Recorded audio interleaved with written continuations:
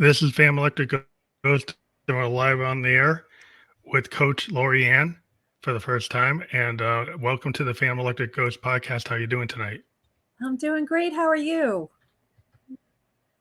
Thank you so much for Well, having we're me. happy to have you on. Yeah, you're a number one international best-selling author, certified professional transformation coach, and marketing positioner and strategist. And that's a mouthful, but let's see. Maybe you want to give folks like a bit of background in your to kind of introduce yourselves to the audience. Yeah. So, as you said, I'm an award winning success coach and strategist. I'm an inspirational speaker. I'm an author. Um, I'm a radio host. I'm a TV show host, an empire builder, a visionary, and a recognized expert. What I do is I help high achievers accelerate their potential and the achievement of their personal and professional goals. So I love watching people soar to success, and I spend my life helping other people do it. So it's nice. That's always great to have somebody who has so many hats. We like to wear a lot of hats ourselves as a producer and podcaster and software designer. So we do a couple of things on our own. But yeah, you're out there really impacting people's lives. And what we wanted to talk to today is kind of like your link is like success coaching, but we've got the ldcstrategies.com /success coaching. And what we wanted to talk about today is the idea of being seen and being heard. And so, that's kind of like Yeah. the focus in terms of how do you go about doing that? Because I think some people don't know because of limiting beliefs how to be seen or heard. They kind of taught Oh, that they're not good enough, or they yeah. suffer from imposter syndrome, and maybe you can kind of start there. Oh, yeah. Oh my gosh, there's so many yummy things that you just said. I don't even know where to start. But yeah, so we all want to. There isn't anybody that I know. It doesn't matter how successful you are. Everybody wants to be seen and everybody wants to be heard. And sometimes we don't feel like that. And sometimes we don't give ourselves the permission to speak our voice, speak our truth, show up genuinely. I know years ago, I was talking to a friend and I'm like, I don't understand. How do people not know who I am? Know I would do certain things or not do certain things. I just don't understand that. And he goes, Lorianne, you have a brick wall in front of you. You have a moat and then another brick wall. That's how distant you are in protecting yourself. But I was really imprisoning myself because I wasn't allowing myself to be seen or heard. So here I'm thinking other people were shutting me down when I was shutting myself down because I wasn't allowing myself to have the flaws, to show the flaws. I mean, showing our vulnerabilities is uncomfortable. But now I'm very comfortable being uncomfortable, if that makes sense. Yeah, I mean that's the thing about songwriter. Being a producer and a songwriter, the whole thing to being a musician is that the more authentic you are, the closer you are to your vulnerabilities, Yes, right? yes. So a lot of And times when you're an artist, your work is like that is representative of your like inner demons or your vulnerabilities or your the kind of the frailty. And a lot of people get they dig when an artist can reveal that, and they wonder, well, how can they do that? yeah, well, it's touching your soul. I'm a singer. So I am both of my parents were musicians and I'm a singer. And so yeah, when you're just like you're speaking your truth, you're singing these words and telling the story and musically, the music just moves your whole entire body. That's just when a musician shares that with you, it's such a gift. It's such a gift. And besides the obvious talent, the gift of sharing that is being seen and being heard in a different way. That's music or songs is like equal to a monologue without music, right? So you're telling your story through the song and then everybody identifies with it because you've gone through it. And that's why writers are supposed to only write about what they know, because you can only be unique and genuine when you really understand what it feels like to go through what those people are going through. Now, I'm not saying people who do murder mysteries and stuff like that, they have to do that, but they have to have research and information so that they can write legitimately, right? So Yeah. we always want to sit in the genuine. And when we do put ourselves out there. We do potentially feel vulnerable, but at the end of the day, you surround yourself with people who love you. good, bad, and ugly, because we're all good, bad, and ugly. We all have those days where we're like, I didn't show up as my best self today, right? Well, I think there's a problem sometimes where people want to be perfect. And I know a lot of artists that have all this work they won't show anybody Yeah. because there's a strive for perfection. And I'm pretty much a big purveyor of happy accidents, which is kind of Yeah. like in the world of the music prior to computers, people allowed happy accidents to occur because Yes. they didn't have things they could correct other than replaying it until it was perfect. And so Yes. then you had a tendency to go for take the 3 or take 4 or take 5 instead of take 99 because you go back and listen and say, well, this is closer to the original intent of the song. By the time you get to take 99, you've kind of gotten scared of what you wrote on take 4 and you're rewriting it to pull all the heart out of it. Yeah. Yeah. So true. So true. It's so funny that you say that. And we do that in life, right? We do that in business. We do that in life. We do that in our personal life. So it really echoes what we do with ourselves and to ourselves. We don't keep our eyes on our own page, as we used to be told in school, right? Keep your eyes on your own paper. And that keeping our eyes on our own page, we have a certain track that we need to stay on to be genuinely ourselves. As soon as we start looking at what other people are doing and comparing, contrasting, that's when the limiting beliefs kick in and we start questioning ourselves instead of Yeah. going with the natural flow. And those people who, and I'm going to do a little Italian guilt right now, those people who are saving and it's not perfect and not sharing it, they're doing a disservice not only to themselves, but they're doing it to their listeners, because it's disrespectful not to share the gifts that you're given by God, source, universe, however you refer to your higher power. It is disrespectful not to share that. And I was told that by my mom because I'm a singer. She goes, you have to go out there and sing. I used to have terrible, terrible stage fright. Even to this day, like the first 5 seconds is just my heart's in my throat pounding. Like Mhm. I feel like all people can hear is my heart beating. But once I start going, everything is fine. I'm in my zone. I'm back in my happy place. Yeah. But all those doubts, and I have to push through the fear, push through the anxiety. And it's all because I'm creating it here, because it's all about what? Mindset. And the same thing with the music. Good is good enough. You can always go back and edit it and do a different version, right? Well, it's the whole idea like, are you going to be in the present or are you trying to anticipate each moment? Like if Yeah. you're in a Yeah. flow state, a lot of musicians, or even, if you get into a public speaking and you Yeah. have a set thing you're going to say, but then you read the room, you feel that emotion, you go into kind of a flow state, and you still are informed by your structure of your outline or what you were going to say. Yep. But a lot of times it's that authentic kind of not off the cuff because you're actually trusting yourself. It's like a lot of people say, well, I'm just making it up. You're really not making it up. It's there. You're just it's like the idea of the You're tapping muse. into your tool belt. You're tapping into your You're tool belt. tapping into, yeah, you try if you trust yourself, you already know it. It's like a musician that said it has to tell people what key they're in, what chord they're playing, and everybody already knows what it is. Yeah. And if you've been Yeah. doing it long enough, you don't really got to say what it is. You're not trusting yourself. Right. So Absolutely. That it's just happened to like that me. speak. Yeah, that speak. If you speak, you have a set story, you read the room and you make adjustments because you read the crowd and you say, oh, this is going to work better. And you go with that flow in the present. Yeah, without a Right. doubt. I was doing an inspirational speaking engagement. It was a couple hundred people. I had the person who had hired me to do this event. We had determined what I was going to speak about, the topic I was going to speak about. When I got into the room, that's not what the people in the room wanted. Because when I started first talking to them, I could hear that there was this contiguous theme going between the people in the room, and I had to shift on the fly so that I could actually speak to what they really wanted to hear. I could have stuck to Mhm. what I was going to say and been perfectly fine, but it was so much better because I was present, I was in the moment, and I read the room and I listened to what they really wanted. And like you said, you dig in, you tap into what you already know, and you just deliver what's needed in the room. And it's a beautiful thing. And you do that through music too. I just love it. When I feel that music going and you just want to start dancing, and don't stop yourself, just do it, just go with it. I love it. When I hear a really beautiful musician playing this gorgeous thing that they're riffing, oh, I feel like they just shared a part of their soul with us.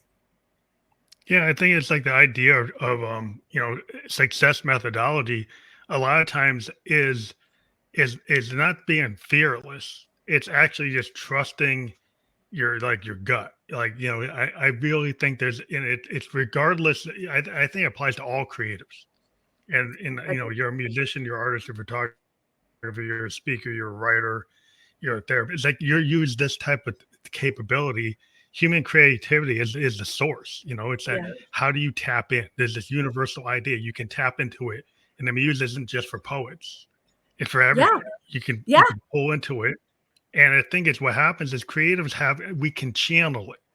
And what we're channeling isn't all external. There's a lot of stuff that's internal. It's subconscious. It's kind of like how you can tap into daydreaming and dreaming all at the same time. Like Yes, the yes, fact yes. that you're taking all these things that happen Yeah. and you're able to kind of read it and know how to apply it in the moment.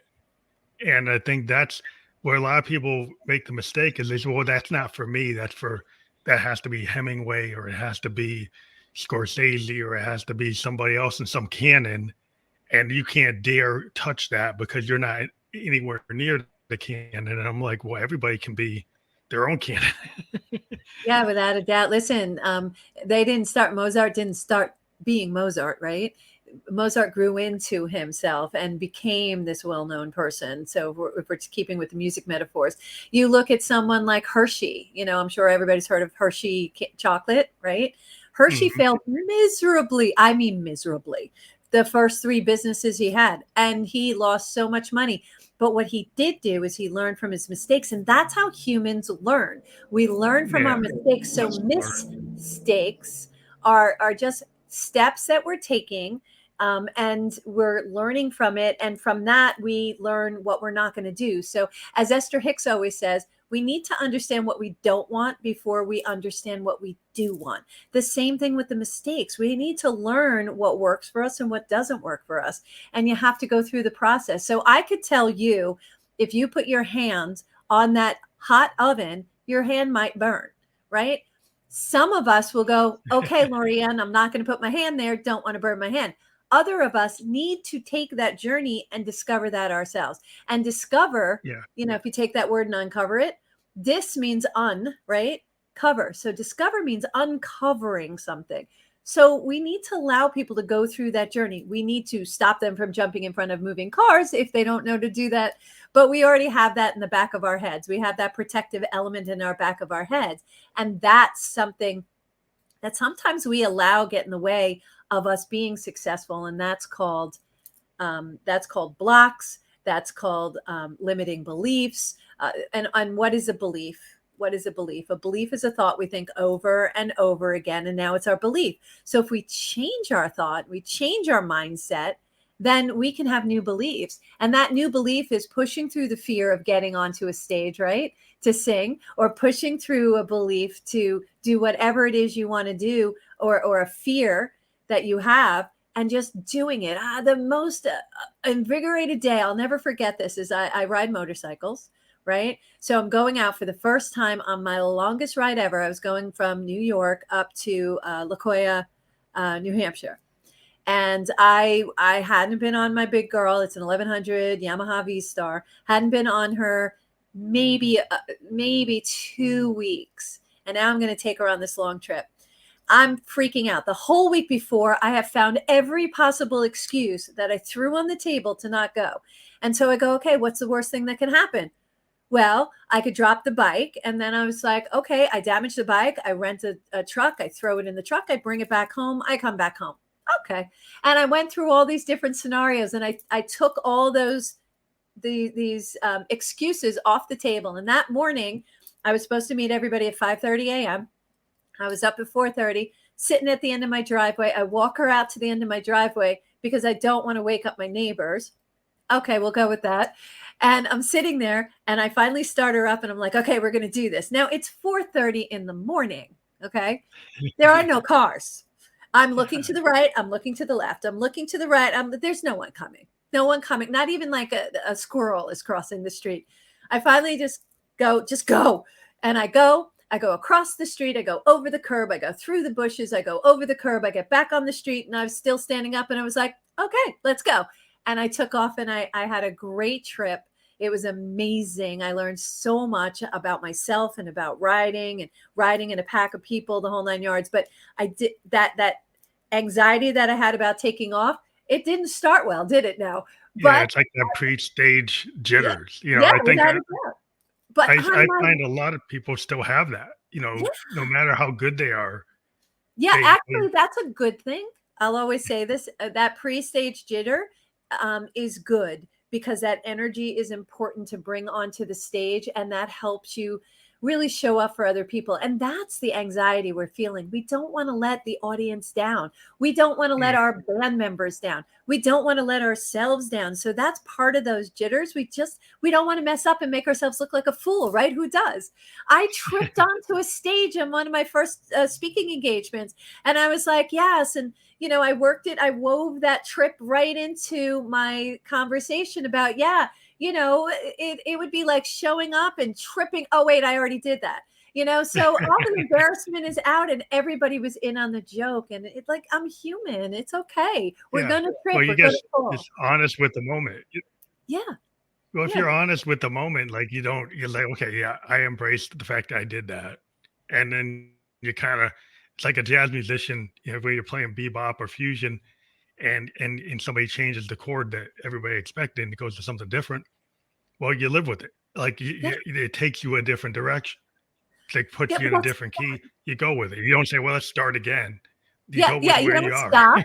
Yeah, you don't stop. You just keep going and you move along. And that's when it's a well-oiled machine, because when one person moves in the band, the other members move with you. It's when everybody wants to stand alone. It's kind of like the Jets playing. They all want to be individuals. I just want to go on the field and coach them all and say, stop playing as solos. You are a team. You need to shift together. You need to listen to each other. You need to watch each other's body language.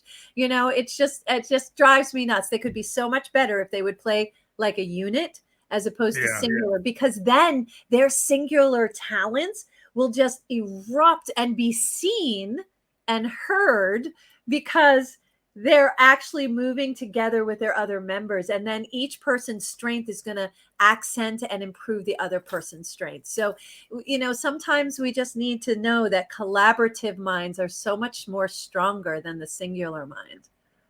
Well, sometimes it's a nonverbal communication when you're on a team, because like a band is a team. Yeah. And if you have that, it's that muscle memory, right? So the muscle memory and also the kind of I don't know, it's the vibe. Like if you're with a group and you vibe, I can feel the drummer. I don't have to even look at him. I can feel the bass player, feel the horn players. I kind of feel, and they know me and I know them. Yeah. And we kind of ride. If somebody goes a different direction, it's like we go with it. You hear it. You don't even have to. I mean, sometimes people have cues, and we're doing like visual nods and things with your hands. And other times you just go with what it is. Yep. And yep. you don't even have to go with the cue. So I never have to look at my bass player and I never have to look at my drummer because I just feel it and I know what they're doing and they just follow along with me. Every once in a while, I just make eye contact with maybe the other singer and be like, okay, we're going to do this. And they're like, okay, we have a whole conversation and not say one word. So, and nonverbal is far more powerful than verbal. Even when we're in a negotiation or if we go in someplace and we're trying to promote something, sell something, and we're not here, internally, we are really not believing what we're saying. It's going to be, the vibration is going to be picked up by that other person. The nonverbal is so much more powerful than whatever comes out of our mouth. But when our nonverbal and our verbal are together, it's sweetness. Yeah. Sweetness. Yeah, when you have that sync, we have that synchronicity. Like a lot of people, like, oh, that's the police. No, it's just like it's a real thing. Yeah, It's like if you it's like, you know, when you can feel vibrations, you know, I'm a synthesist, so I deal with sound waves. I deal with oscillators, and Sure. I can see what happens in real time with the sounds I create. I get instant feedback. And Yeah. I think a lot of people don't realize like you don't have to be a musician to get instant feedback. You can get you're having that elevator pitch and you look at the nonverbal reaction of the person you're giving the pitch to. You can make it a micro adjustment in real time and you can see what's going on. Sure. But you But have to be paying attention. yeah, but if you're so into your steps and you're not looking at what's going on in the environment, I think a lot of us get so into stepped processes and structures that we think like I gotta follow this 12 step, I gotta follow these 5 steps, I gotta follow what they told me without reading what is the now. Like, Yes. Yes. well, Yes. we, It's like a we wave. don't do that. It's like a wave. You know, it's all about navigation, right? So if we're staying in the flow and we're navigating what's going on and we're paying attention to those nonverbal cues and we're looking at the other person and really seeing, are we driving here? Are we not driving here? Are they getting what I'm talking about? It's similar to a wave. If the wave hits a rock unexpectedly, the wave's not going in the direction it started to go to. It's going to be bounced off in a different direction. We need to be prepared for the sudden boulders and rocks that may come in while we're delivering what we're going to do. So the guides, those principles, those processes, it's good to have them. You need them. So at least you have a beginning, a middle, and an end. But you also need to know that you don't have to be, they're guidelines. They're not Yeah, strict rules. They're guidelines. So it's just like music. You start the music and then all of a sudden you hear something different that you never heard before because somebody played a different note or a chord and you're like, oh my gosh, let me riff over here now. Or you hear a riff because the bass player is just doing this other beautiful walk or something like that. It's beautiful, you know, and you need to understand you got to navigate just like we're navigating life. We got to go with the flow and navigate with the direction it's pushing us in.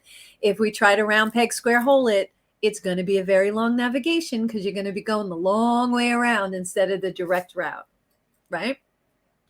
well, there's so many tools today that allow people to clone or become like the other person. Like it's like, oh, I can just copy paste, I can sample.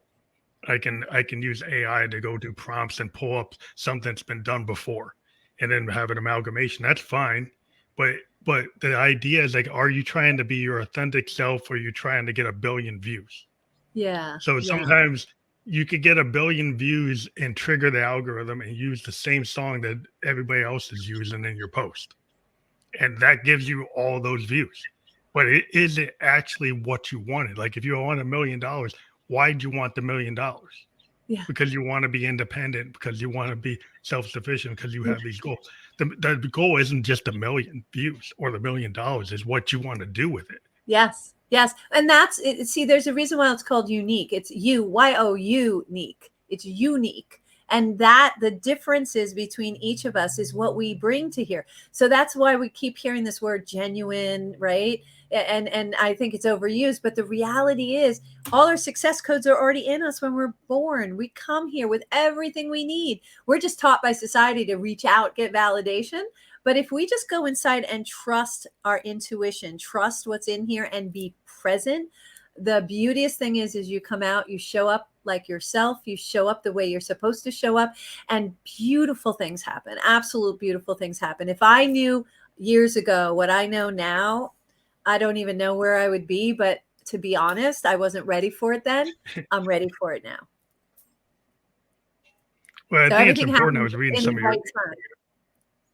some of the things that you talk about, like in some of the questions you like to be answer, is the idea like you got to have a mission, a vision, and some value to what you're trying to do for the what you're working on. And like a Well, lot of things, if you're an artist, you're working on a project. If you're a business, you're working on a project that's going to be some product or service or whatever. Whatever you do in life, you have some kind of goal. And yeah. so you have to have an idea like what is the vision, what is the mission, you know, and what is the value of what you're trying to do, like, or why would you continue to do Yeah. it? So a lot of people I say mission, vision, value, and everybody goes, oh my God, I don't know how to do that. It's okay. Let me simplify it. It's like going on vacation, but not knowing where you're going. Well, how do you know what you're going to take then? How do you know if you're flying, if you're driving, if you're taking a train, if you're taking a boat? How do you know if you don't know where you're going? So you have to determine your destination. So that's the big vision, right? And then the mission is going to be what transportation are you taking? Like, how are you going to get from where you are to get to that vision that you want to achieve? That's what your mission is. It's how you're going to get there. The values is really important for me too.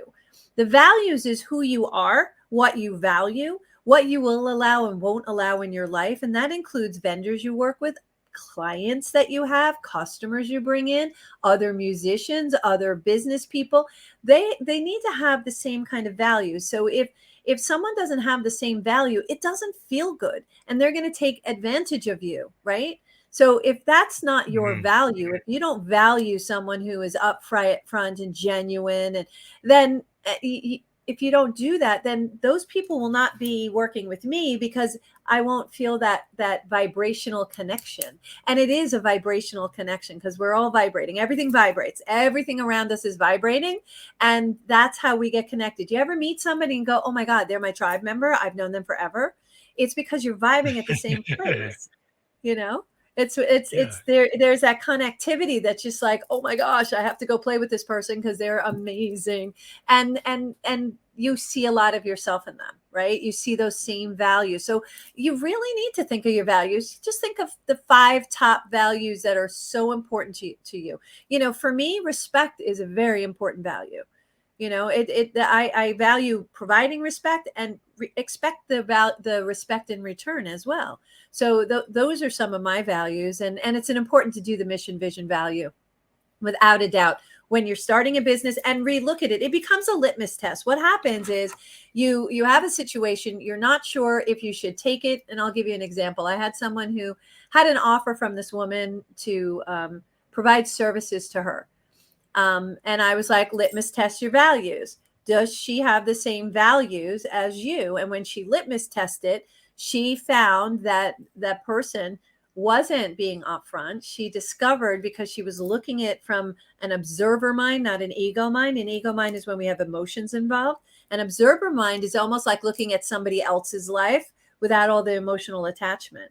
And so she looked at it and realized and recognized she didn't have the same value. So she decided not to sign the contract and work with the person. So it's important for you to know your values and then decide who you will and will not work with and for. That's where you hear people are like, I'm so unhappy at my job and they don't value me. You guys have a disconnect in your values, right? Yeah, it's a lot of times, employers are kind of looking for the, person that fits in the cube, Yeah. right? And a lot of times people are starting to discover, like, well, I don't really fit in the cube Yeah. I don't because want I to be in have, the cube. whether it's like a cog in the machine, Pink Floyd or whatever. But the Yeah. idea, they like, are you going to try to, actually live out a dream or be part of that machine, right? Yeah. And I like the Great Resignation was a lot of people discovered, like, I don't want to be in that machine because I had some things I wanted to do. I never tried to do them, and now I Yeah. have an opportunity to try to do it. And And it's and so a perfectly lot of fine to people be started part to of. find, yeah, Yeah, if you yeah, want you're to. absolutely right. And it's perfectly fine for. Sorry about that. It's perfectly fine to be part of a machine if that works for you. It doesn't work for me. I'm not a pigeon in a hole in a box, and I can stay here. I wanna flex my wings. So that those kind of scenarios don't work for people like ourselves. Creatives have a hard time working in a cog. They're not a good cog in a machine. But some people love it and they're very, very happy there. They're comfy there. They don't want more than that. Perfectly fine for those people. But if you want to dream and you want that freedom and you want financial freedom, you're not going to get that working for somebody else. You're only going to get that when you trust yourself and work for yourself. Yeah, because even in my software design job, I went to consulting, where I go project to project.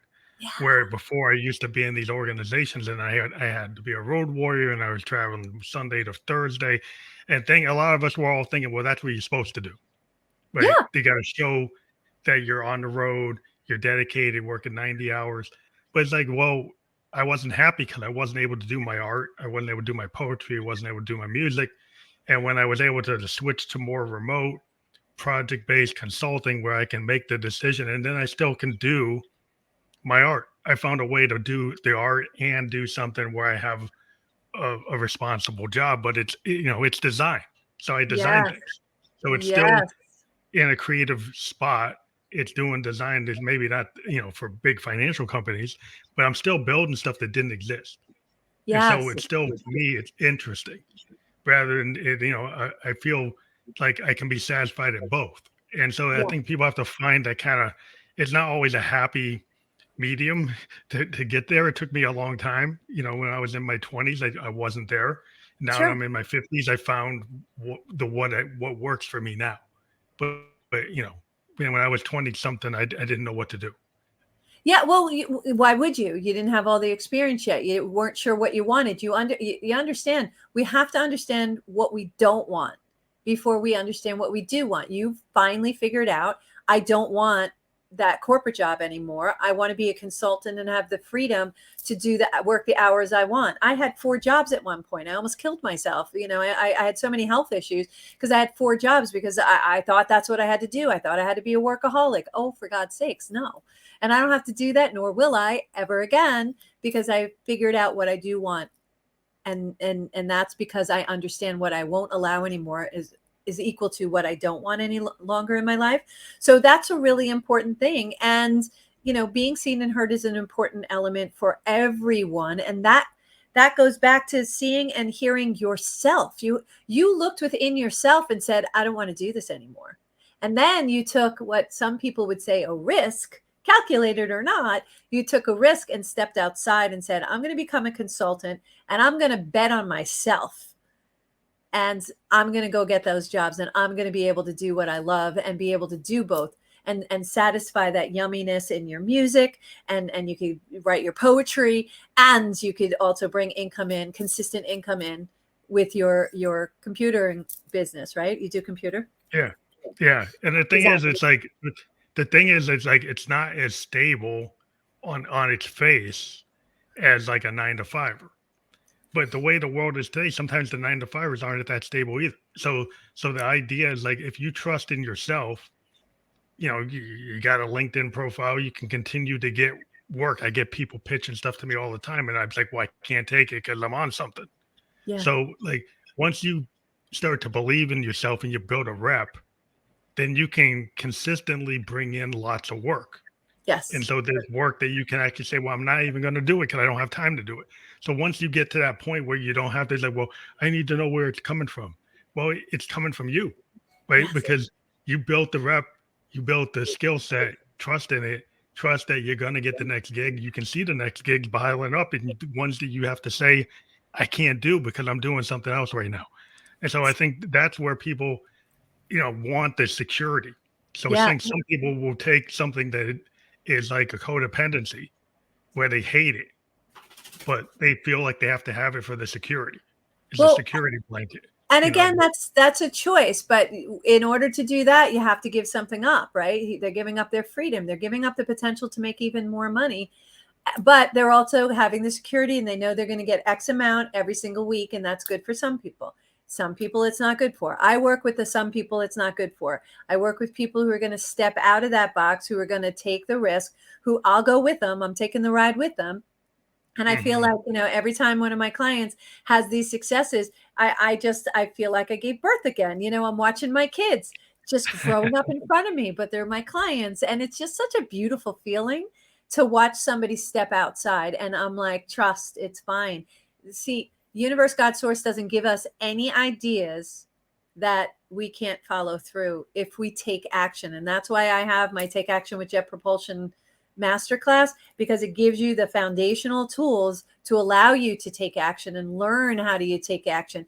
92% of the people never take action. Only 8% of us take action, like yourself and myself, who take the risk. I left a 6-figure job to come home to nothing because I was done. And I built my company. Yeah, but that's how it goes. That's how you do it. And like, is your book "Women Who Dream" like document like your story and other people's stories? Is that your story This this and is others? in here in Women Who Dream. This is mine.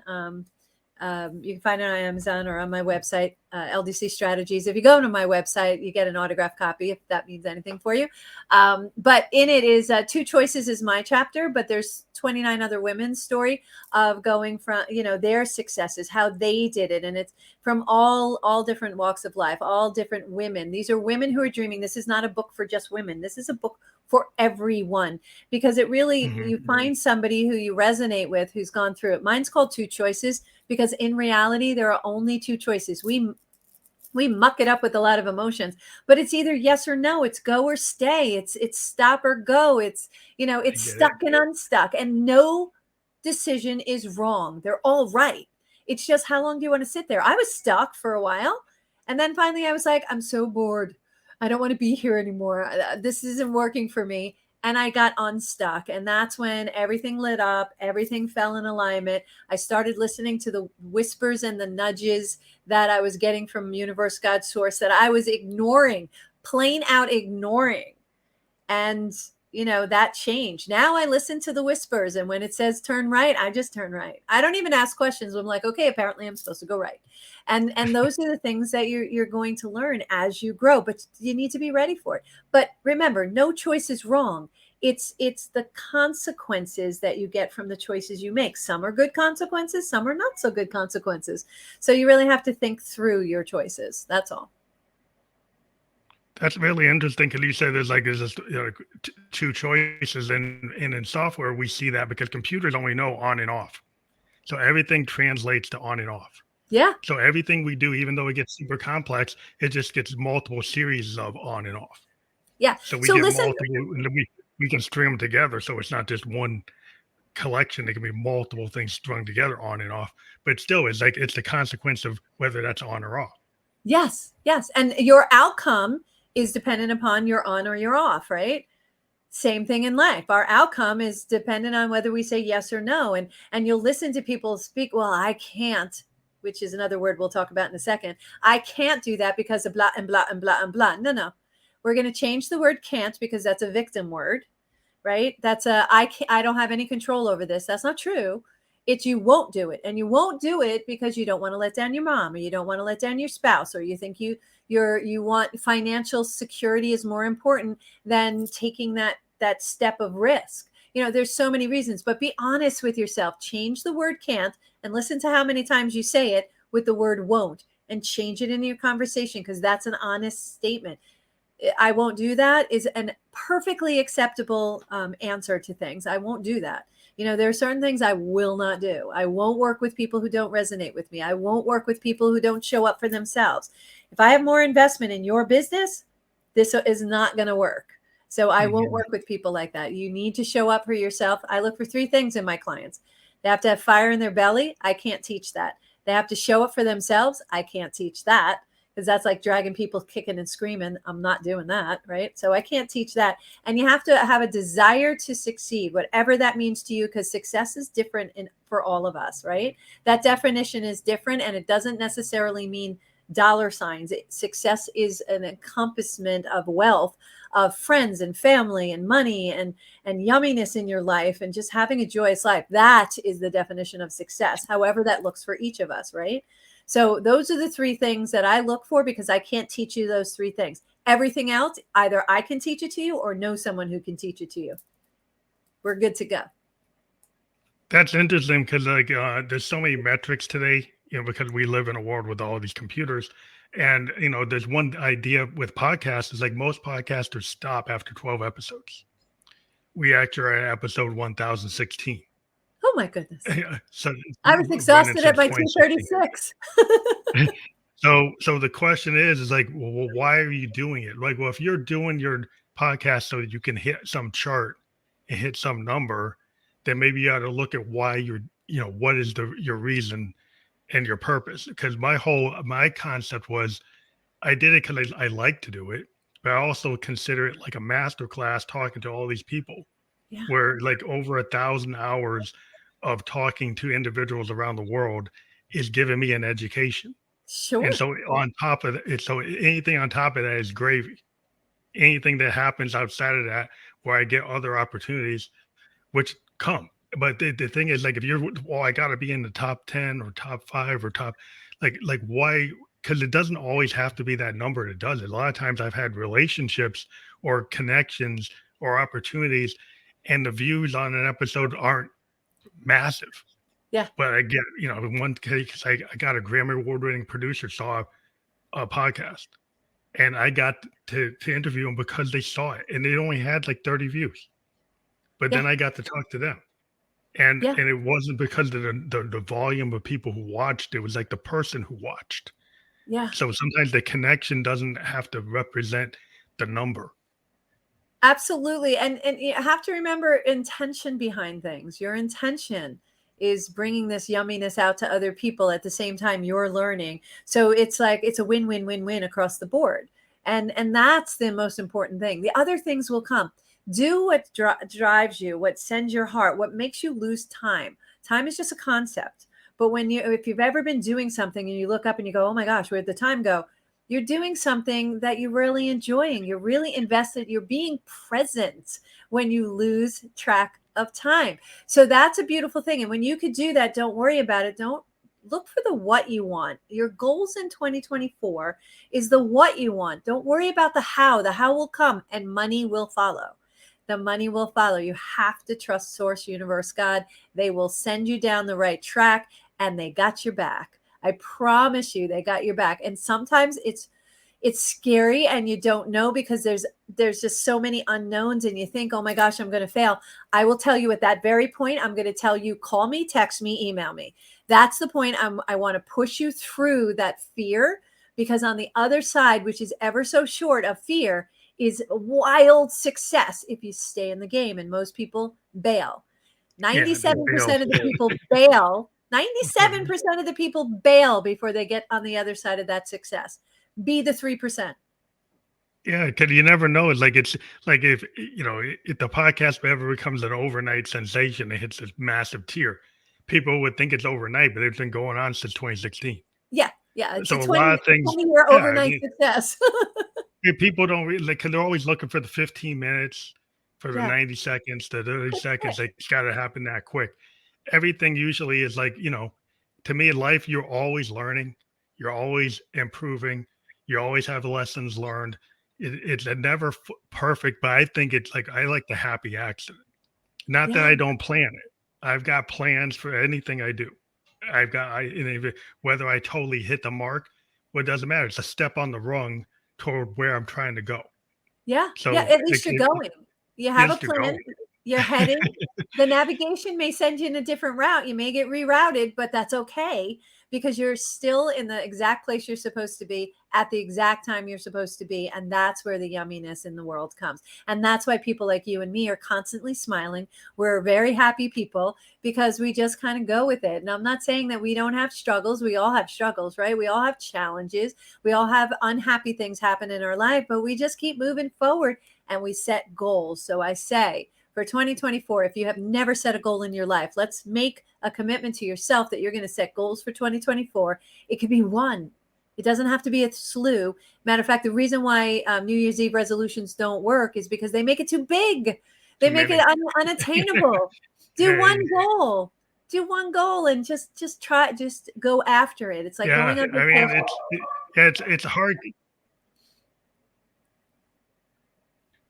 Yeah, it's interesting when you set like your direction, like you set that compass and you say you're going to go somewhere.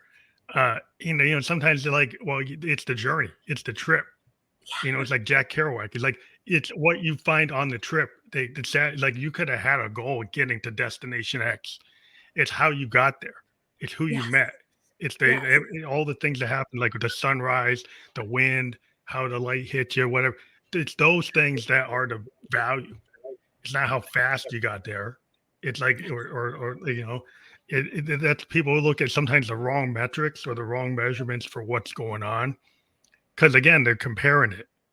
Well, they're not keeping their eyes on their own page and they're not enjoying the journey. It's the journey. The yumminess is in the journey. I actually had a friend tell me the other day, and we were doing a podcast together, and he was like, yeah, I like the journey. By the time I get to the goal, I'm so done, because it was the journey that the yumminess was. He knew he was going to get there. It was how he got there. It was who he met along the way. Like you said, it was all the things he learned along the way that allowed him to light up the fire for the next journey that he was taking. So enjoy the journey, enjoy the process. It's like going on vacation and then can't wait till you get home. Well, then don't even leave. Why even leaving if you're already back at home? I don't understand that. Enjoy the plane ride. All right. So it was a little bumpy.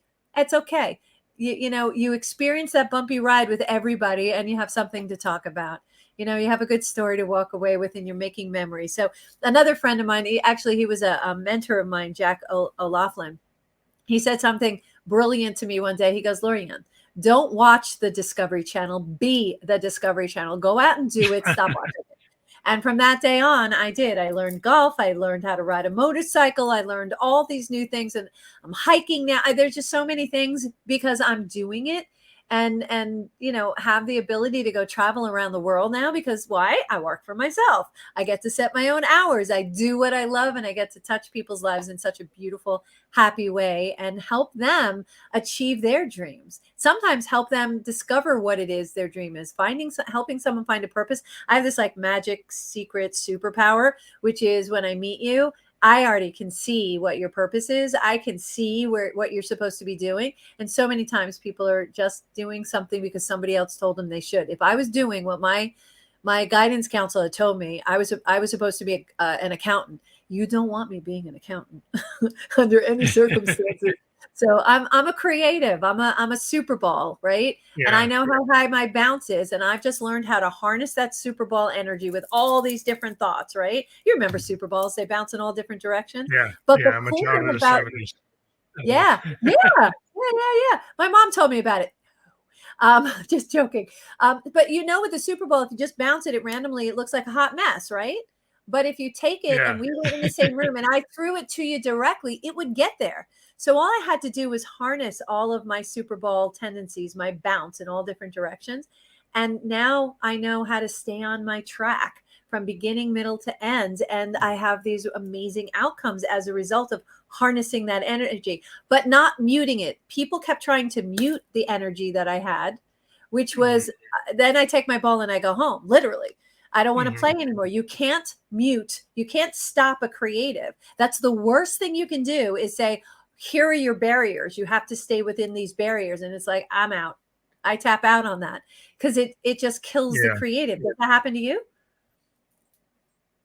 Yeah, I mean, I'm a person. The type of music I do, the general rule today is that you can't do something over 2 minutes and 30 seconds, and all my pieces are longer than 9 minutes.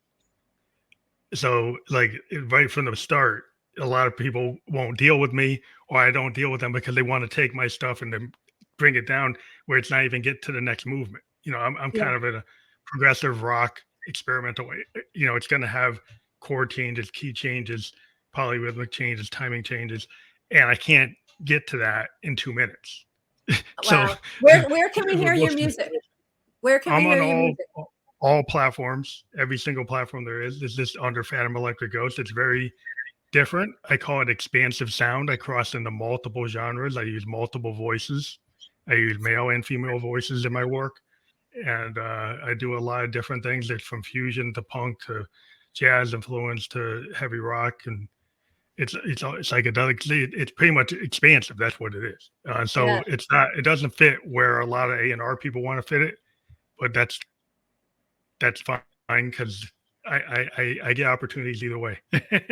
You're setting your own trail, and this is what I'm talking about. You're not getting put into that pigeonhole box of you have to be 2 minutes 35 seconds. You're doing what you need to do. Don't worry. Your fans will follow, the people will follow. You're creating your own genre and you're creating your own area where you want the music to go on. I love long songs. I love it because you just get into it and then it ends and you're like, oh, and either you replay it or you have to move on. I like to hang out there for a while in that yumminess. So it's good. I grew up with Genesis and Yes, and Funkadelic and Frank Zappa and the Mothers. It's like in Grateful Dead. So I can't, that's where my head's at. That's who the people I was looking up to, and they weren't constrained by that. So I said, well, why should I be? Because the times say we should be constrained. I don't have Yeah. to be done. I don't have to be in this time. I could be anytime. Yeah. And that's the whole thing, is time is just a something that somebody made up, right? It's just one of those mechanisms we humans made up, right? So the A&R guy has Yeah. his You don't people, have let to him be go in play your with those time. people. You just, yeah. Yeah. You definitely have people Yeah. I mean, who that's, I think people just need to be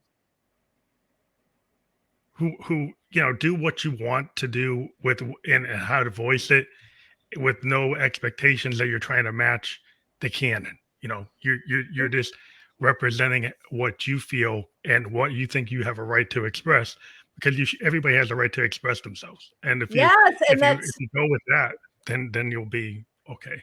you'll be okay, and you'll be unique, and you'll be, people will start gravitating to you because they don't want everybody to be the same. We shouldn't be It's a all the law of same. attraction.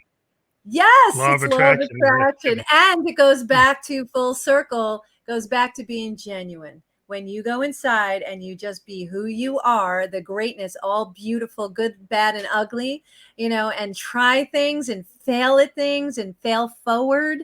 I always say, take the word fail, put a little leg on the I, and it becomes fall. We're going to fall forward from things that we're not successful with, and we're going to discover the new way to go. It's when we repeat things over and over again that we get stuck in that little hamster wheel. So that's when we're not learning. When we keep repeating the same error over and over and over again, we're not paying attention to those cues that universe, God, source is giving us. That's when there's a problem, and we need to, get ourselves unstuck. We need to push it into second gear, if you will. But yeah, it's gosh, this has been amazing. I love having this conversation with you. Thank you so much. Well, thank you. I do have another podcast I'm a little bit late for, but I wanted to give us as much time as I could. But I think we're at the end of this episode. But I want to let people again check out your link. That's fully clickable. We're going to create a landing page for you. We can send you the MP4. Everything will be available by tomorrow. We were live on Facebook, YouTube, and Twitch. And I will get this information to you tomorrow. But thank you again for being on the End of Electric Ghost podcast. Thank you. Come on mine. I will. You just give me an invite. We'll figure it out. We'll figure it out, my friend. Thank you so much. I'll let you go. Chat soon. Okay, bye-bye. Ciao. Bye-bye.